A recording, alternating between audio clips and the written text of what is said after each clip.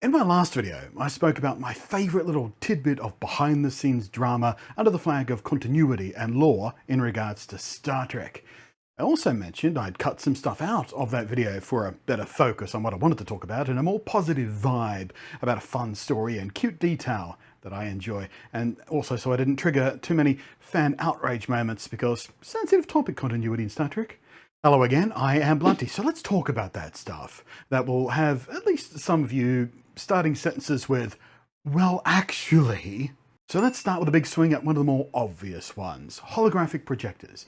Now, when Pike's Enterprise showed up in Discovery, it had a holographic communication system on board, just built into the ship. And parts of the fandom had a series of little aneurysms burst in their brains over that one, because see, when Kirk captained that ship, or I suppose will have captained the ship 10 years hence from Pike's captainship, well, anyway, Kirk's ship rather obviously had no such thing. In fact, Kirk's Enterprise has no holographics at all. Everything was on flat screens. I'm not even sure whether the word holograph was even mentioned on screen.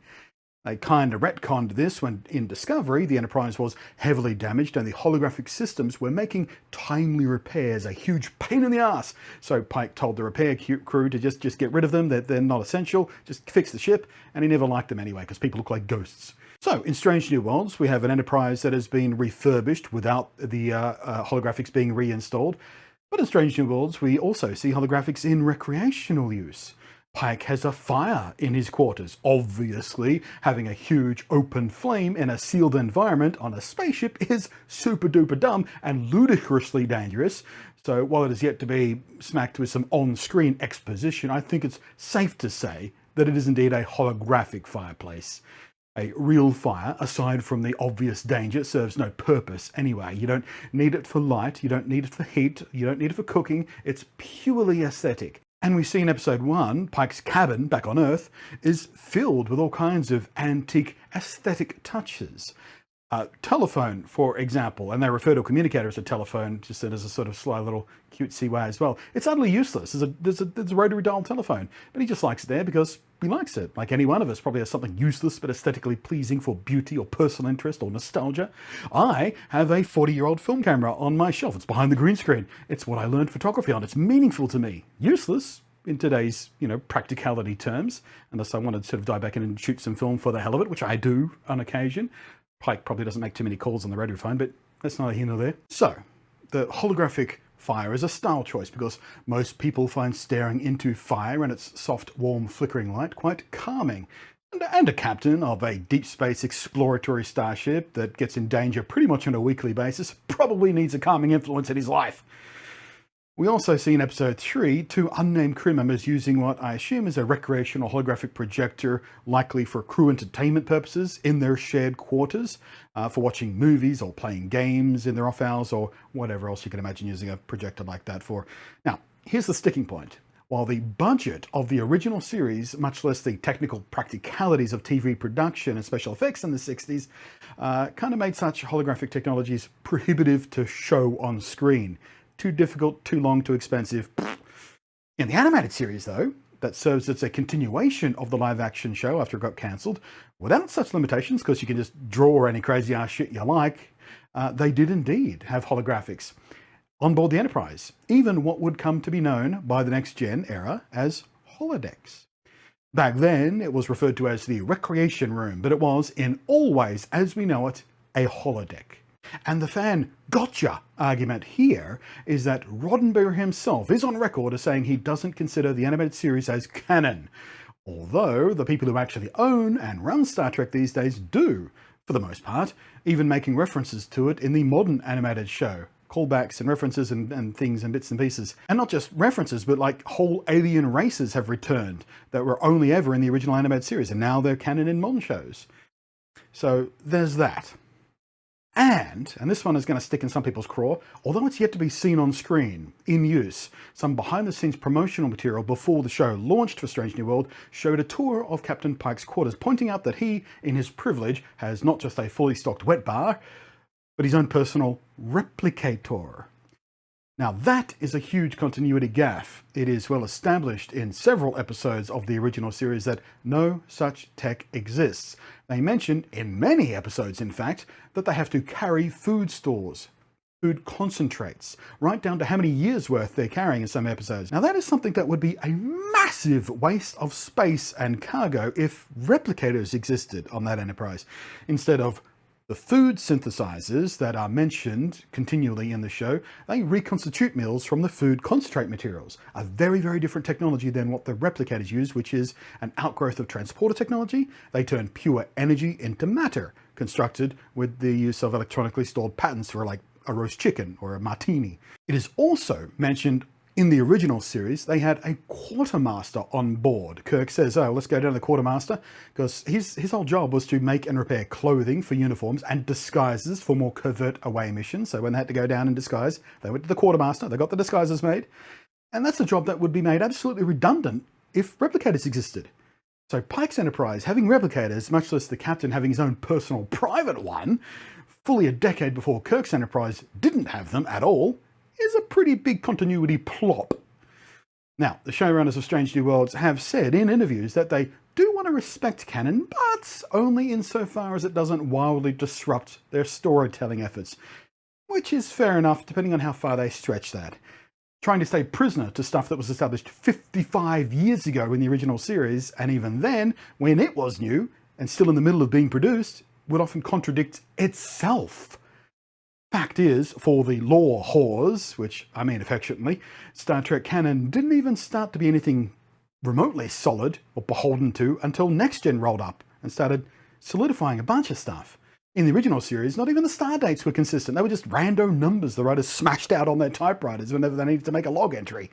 Starfleet itself, an absolute core piece of Star Trek structure, believe it or not, was not even a consistent thing for a whole big chunk of the original series.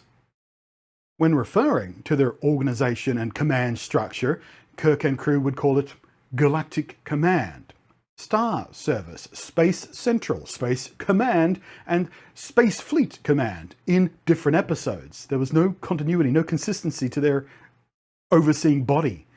Warp speed was notoriously wildly inconsistent as well, with the writers just using whatever factor of warp sounded more dramatic for any given situation. This was later retconned, of course, in TNG and onwards, warp having a limit of 10. In practical terms, 9.99 is actually achieving warp 10 itself breaks physics to such an extent it gives entire writing rooms severe brain damage. Warp 9.99, based on what information we have stated on screen about the relative velocity, is apparently about warp 18.57 in TOS terms. But again, this was all retcon to make things feel more consistent, and just having a speed limit the writers could, we can't go faster than this, or this ship is only capable of this, and there was no wibbliness there anymore. So it made for a more compelling story when you had that sort of hard limit in place, a structure to it. And I mean, damn dude, in the middle of single episodes of the original series, there were wild continuity errors born from its slapdash, make it up as you go and low budget situation. Like in one episode, McCoy's whole uniform changes from shot to shot in the same scene. Hell, even in later shows, there's just episodes that establish some rule or function of common technology that is never ever mentioned again, despite the fact it could mean a massive change to science and medicine as we know it. In Next Gen Season 2, there was an episode where the transporters gained the ability to just rewrite someone's DNA, to just reset their DNA to a significantly younger and healthier version of themselves that was kind of stored in memory from the last transport. That's functional immortality right there. They just invented functional immortality. If you can just reset DNA to a previous younger, healthier state, you can instantly cure any and every injury or acquired disease. And it was just never spoken of again, like it never happened. They invented immortality, functional immortality, not invulnerability, but immortality, and they never ever used it again, not even once. And there were many episodes where it could have come in real handy. Just ask Neelix about his one lung situation. Star Trek has, and I've said this over and over and over again, never been hard sci-fi. The rules of technology and physics are wibbly and very frequently bend to what the story needs them to be able to do, because the point is the story comes first. So every iteration of Star Trek has had its own issues with continuity and lore in respect to what had come before it, in respect to how technology works, all that kind of stuff. And even internally within its own run, never mind compared to other shows, sometimes contradicting itself within a single season or even a single episode. Sometimes they just let it slide, sometimes they try and retcon it in later episodes because, well, it's a pain if you get attached to continuity and lore and this sort of stuff happens. Or indeed, as I spoke of at length in a previous video, you neurologically require shit to be internally consistent, because that is a thing some people need. If you haven't seen that video, you should watch it. So that stuff can be very disruptive for some viewers, and it's absolutely okay to feel very upset when writers and directors just get lore and consistency and continuity wrong, either deliberately or just by ignorance or accident. It's okay to be angry at that. And that's why those of you, even my fellow creators who work I do respect and enjoy very, very much and have done for some time now, who mock and deride and ridicule these people who have problems with continuity and how they really should just get over it and it's all made up anyway, why are you so upset? Being, they're huge dickwads and should think about watching my previous video on this to get some perspective and find some human empathy on this thing, because they're clearly not understanding what's going on here and just think angry nerds are angry nerds because angry nerds angry. That's not the whole story, guys. But while I am one of those people who are somewhat, but not usually super acutely, annoyed by errors in or deliberate ignoring of lore, continuity, and canon, and while it can once in a while really, really disrupt my ability to keep my disbelief suspended enough to enjoy the story being told at any given moment, it's also an indisputable fact that the original series in particular, behind the scenes, was indeed being written show to show. They were just making shit up as they went along. There was no such thing as a show Bible, like many shows have today to keep things consistent. And they were just making wacky little sci-fi shows, trying to tell stories with a morality story at the heart of it, and metaphors and all that kind of stuff. And they had no idea that it would endure like it has. If they did have an idea it would endure like it has, they might have tried a bit harder to make things consistent, but then again, maybe they wouldn't have. Maybe they wouldn't have changed a damn thing. And on screen, again, a few bits I pointed out here, that's the absolute tip of the iceberg when it comes to the original series' lack of internal consistency. Maybe it's been a while since you've watched it, maybe it's all nostalgia glasses, maybe you kind of mentally delete the bits you don't like and keep the bits you do like. It's all pretty normal stuff to kind of do that consciously or unconsciously when you really, really, really love a show. So, if Strange New Worlds decides to sidestep, ignore, or even flat out change some stuff from the original series as far as lore and continuity goes, I'm actually okay with that. If it makes you a bit aggro, that's fine too, but please, please don't screech about it to other fans who are enjoying it for what it is. It's okay for people to like things you don't like. It's okay for them to like them despite the reasons you think they shouldn't like it. If you need to think about this as a different timeline for it to make sense in your head, that's cool too. A lot of fans do that.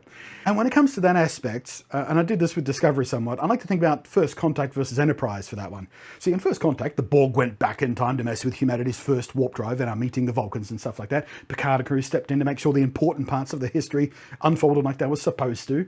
But the timeline still got changed because the Borg went back. In Enterprise Season 2, Episode 23, we see the fallout from this change. A 22nd century research team on Earth finds some frozen remains of the Borg in the Arctic, crashed there 100 years or so earlier when Picard and crew were doing their thing.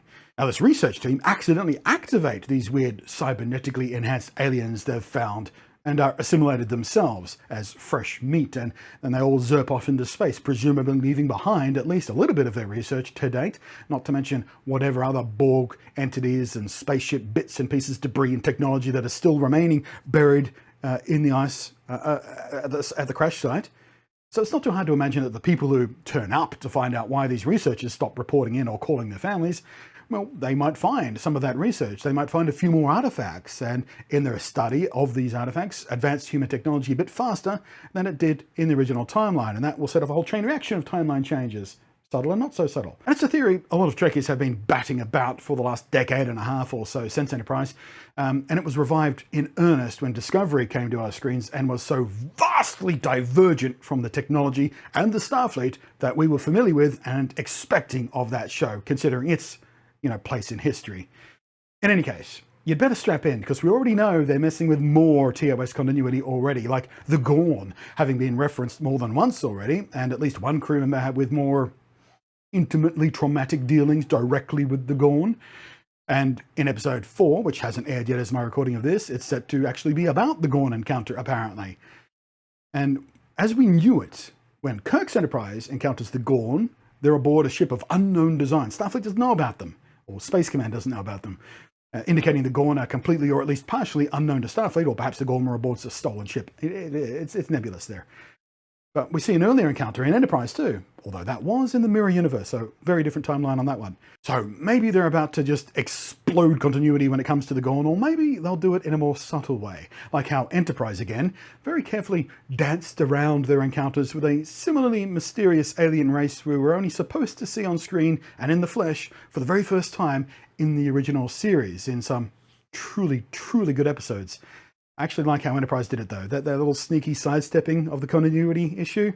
I thought they did it in a clever way. And I thought the episodes themselves were actually quite good episodes of Enterprise when it came to that thing and the stealth ship and the more holograms there as well, I guess. But yeah, so now I've made a video all about how continuity is really, really, really, really important for some people. And I made this video about how continuity, well, sometimes it can just not matter that much and you can find excuses for it if you need to, or just brush it aside if you need to do that or whatever it is.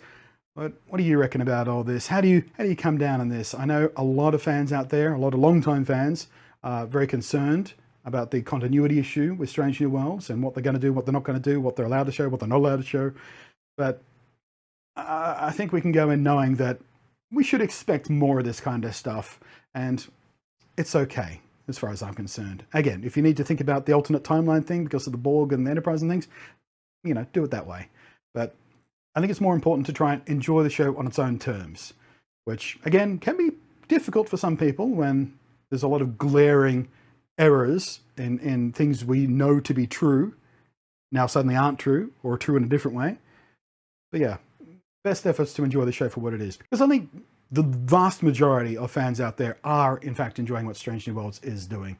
At least as far as I've seen. Not everyone's happy. Most people are. Certainly more people are happy with Strange New Worlds than we're happy with Discovery and even Picard. So thanks as always for watching. I hope you found this interesting.